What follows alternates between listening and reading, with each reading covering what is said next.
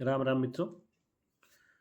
जब भी हम कहीं सरकारी जगह पे जाते हैं तो वहाँ पे बहुत सारा सैनिटी नहीं होता है, गंदगी बहुत सारा अंबार होता है। मतलब वो सरकारी है तो सरकारी मतलब एक सरकारी का ठप्पा मतलब गंदगी। या सरकारी किसी ऑफिस में चले जाए, हॉस्पिटल में चले जाए, बस स्टैंड चले जाए, रेलवे स्टेशन पे चले जाए, आखिर ऐसा क्यों होता है?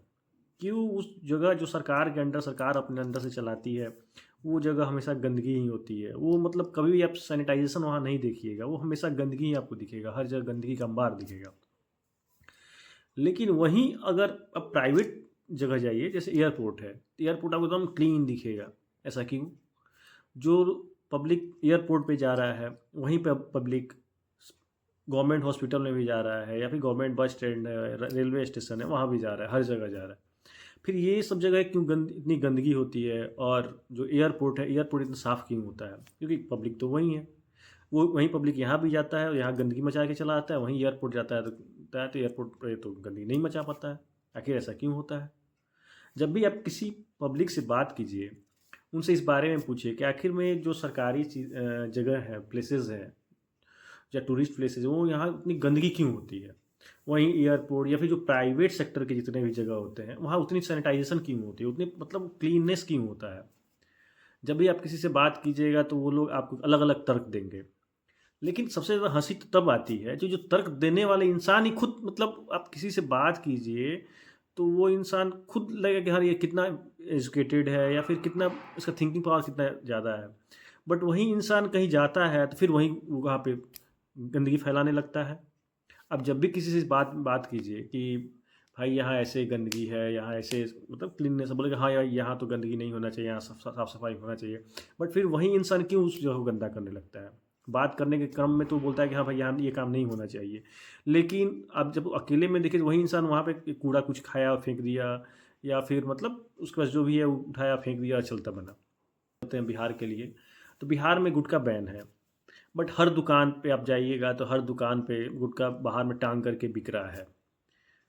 और जो इतने भी गुटखा खाने वाले लोग हैं वो गुटखा खाएंगे और कहीं भी स्पिट कर देंगे, उसको थूक देंगे और उसको लाल से कलरफुल जगह को बना देंगे। जैसे हॉस्पिटल हो, हॉस्पिटल अब हॉस्पिटल के किसी भी कॉर्नर में जाइए और देखिएगा वहाँ की पूरा वो लाल वगैरह पड़ा हुआ है। किसी सरकारी दफ्तर में जाइए, वहाँ का एक कॉर्नर देखिएगा जिस कॉर्नर में पूरा लाल लाल कलर बना हुआ है।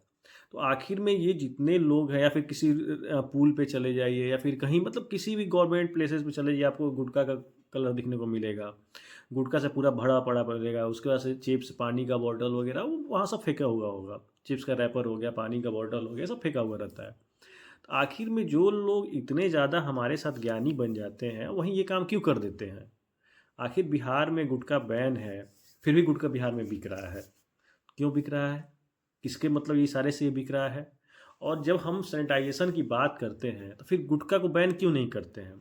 आखिर गुटखा खा करके दीवार सरकारी दीवारों पे या फिर ऐसे पुल है, ओवर ब्रिज है, कहीं भी जा करके आप देख लीजिए, वहाँ पे थूका हुआ है, लाल लाल कलरफुल तस्वीर बनाई हुई है उस गुटखे के पीछे।